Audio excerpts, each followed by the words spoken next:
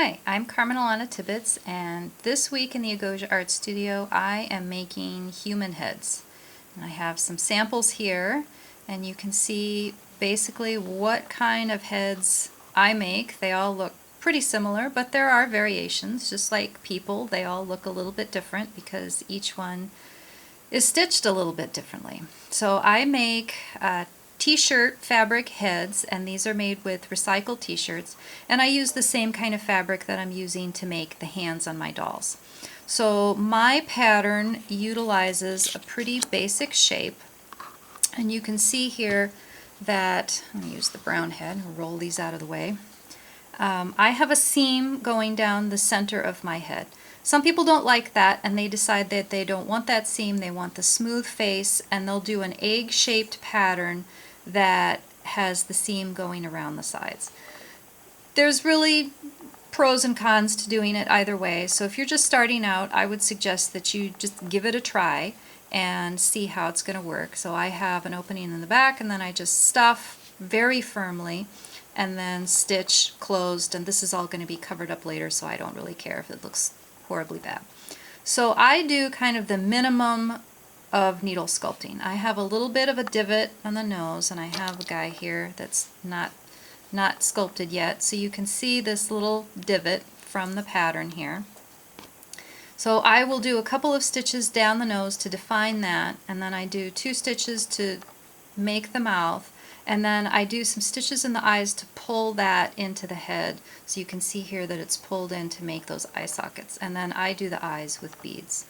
So it's pretty straightforward. You'll have your head, and I suggest that if you're doing a doll that you make at least 2 or 3 heads for your doll, and then you'll have some options in terms of choosing the doll with the expression that you want.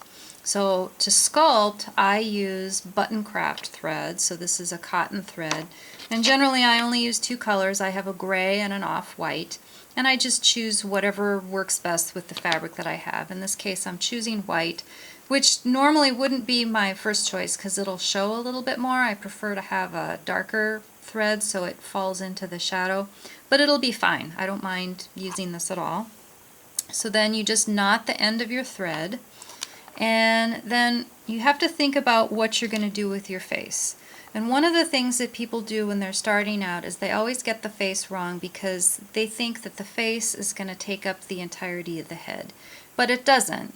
If you look at a real face, a real human, you'll notice that the face is everything from like the halfway point of the skull down. So if you start playing around with placement of features, you can get some really odd looking things. And maybe that's what you're going for, you know, but you can always try with like some pins and say, okay, I want the eyes up here, which is what a lot of people would think to start out, but it doesn't look quite right, because the eyes are way too high. So actually what you want is the eyes closer down here. And then that looks a little bit more normal. So then when you're thinking about how you're going to stitch, you also have to realize that the stitches that you put in are going to draw the features into the head, and you are molding the shape of the head based on how you pull that thread through the skull. So I'm going to place the pupils of the eyes kind of out here, but that's going to be drawn in and up, and so when I'm done it's actually going to be closer together like this. So the first thing I do is I start with the nose. So you want to have a needle that's long enough that you can go through the head comfortably. So I usually start, somewhere up here, kind of ear area, and I'm going to start the first couple of stitches below the eye line. So I'm going to come out, and you just sort of pop that knot in there, and you'll hear the pop. And then what you want to do is you want to take a couple of stitches just straight across, and you're not even pulling at this point, you're just anchoring that thread so that it doesn't come out. So now to do the nose, you can do the full nostril thing. I'm not going to do that. I only take 2 stitches on each side. A lot of people, they do this thing where they're doing all these itty bitty little stitches along here, and then it doesn't look right. It looks too crowded and it looks too thick. So what you want to do is we're going to go diagonally across, and we're also going to be scooping with the needle. So it's kind of like a scooping action like this, because you're getting all of the stuffing above the needle and you're bringing it up into the nose area. So I kind of go down, I kind of dig down, and then I come up, and then same thing on the other side. I dig down and I come up, and then you just pull a little bit gently. And so then I'm going to hold that thread in place with my thumb, and you can do it again if you feel like it's kind of tight. That seems fine. And then I'm going to come back out, and then I'm going to do another series of stitches, and just pull that and hold it, and then down and out, and there is our little nose. So that's good enough. Some people will do another series of stitches to define the nostrils, but I'm totally fine with that. So now I'm just going to do a couple of stitches again, no pulling at this point, just to anchor that thread so that it's not going to move. Of course, I got my pin in there. So now I'm going to take the needle and I'm going to go all the way out to like where the other ear is. Now I'm doing this because I know at this point what I will be covering with hair. So you're going to be pulling a lot, and it pulls both sides of the head. So you're pulling in over here where the mouth is going to be, but it's also going to pull at the other side of the anchor. So you want to do it someplace where it's not going to show. And so then you think, okay, well, what do I want to do for the mouth? If you do it too high, he looks kind of gummy and weird. If you do it too low, you kind of get odd expressions. So, you can kind of press with the needle to kind of figure out where you want your mouth to go. You can make smiles by how you pull the thread, but I just generally do just a simple little line. And then a good guideline is to bring the thread up and go back down, kind of where the pupils of the eyes are going to be. So let's just go back over there and bring it out. Okay, and you do want to start with kind of a long thread, because you're going back and forth through the head so much. You're using up a lot of that thread.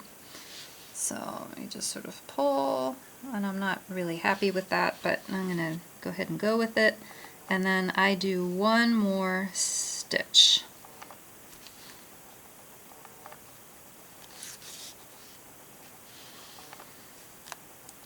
And you can make dimples by going a little bit more on one side or another. So there is our little face. I'm not really liking that mouth, but we'll go with it. So then I'm going to go, so here are the eyes. I'm going to go to the back of the head, completely opposite where the eyes are. And the eyes are really the key. So I'm actually doing a knot there. So now I'm going to go in and I'm going to come out a little bit above that first stitch on the nose. And this is why you need a long needle. And then I'm going to go in a little bit a ways from where that pupil is. So there's some distance there. I'm just going to go ahead and take that out now, the pin.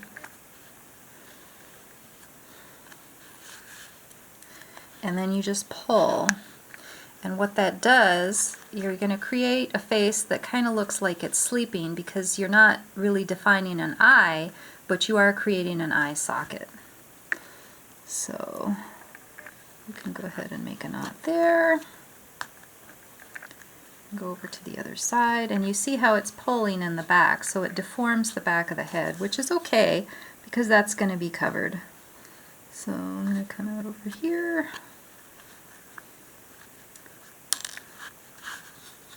And I'm running out of thread.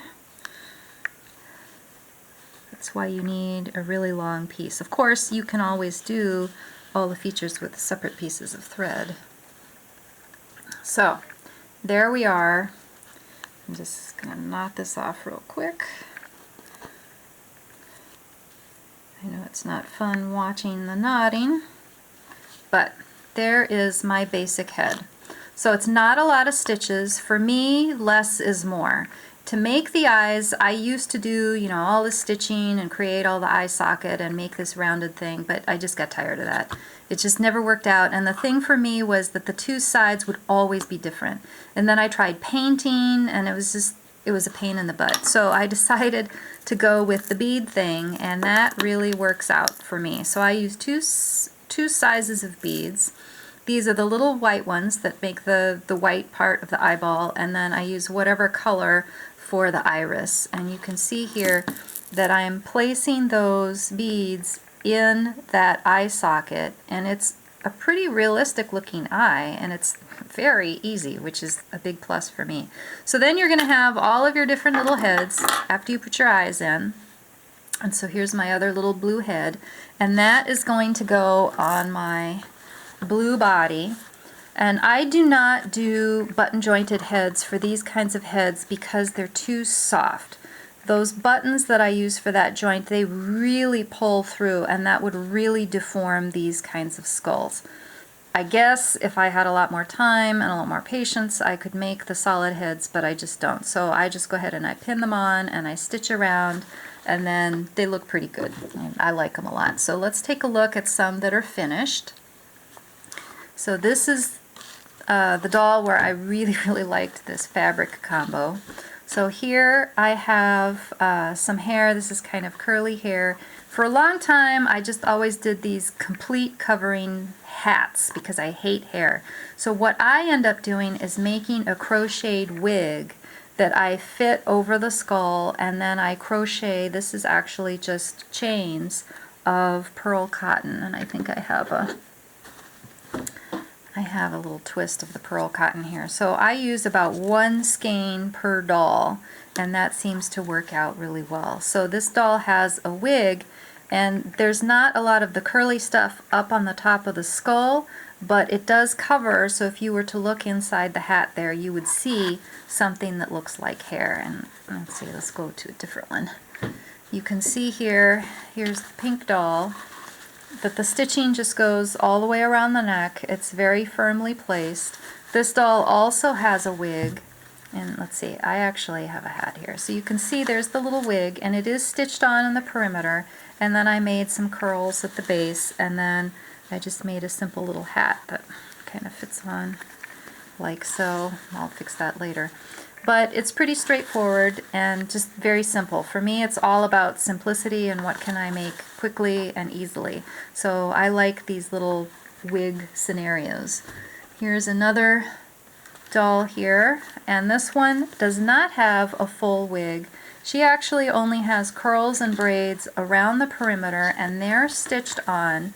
And then I made this leather hat, and I stitched the brim to the skull, so it's actually stitched to the top of the skull here, and then this part, the top of the hat, is just glued onto here. So everything is covered up, all of that ugliness from the stitches, all those weird deformations. You don't see it because it's all covered with the hair. So pretty straightforward, relatively simple. I think it works out really well, and you know, you'll get something that looks pretty good. And I don't mind that there's not a lot of stitching here because I like to leave as much of the interpretation of the doll to the viewer as I can. So with this technique, it's fast and it's clean. It gives a nice clean finish, I think, so there's not a lot of emphasis on the stitching. And then, like I said before, I don't go on and paint in lips or cheeks or anything like that. Some people do, but I think this guy looks just fine. So I hope you enjoyed it. I hope you learned a little bit about needle sculpting, tried a new technique, and I will see you next time. Thanks for watching. Bye-bye.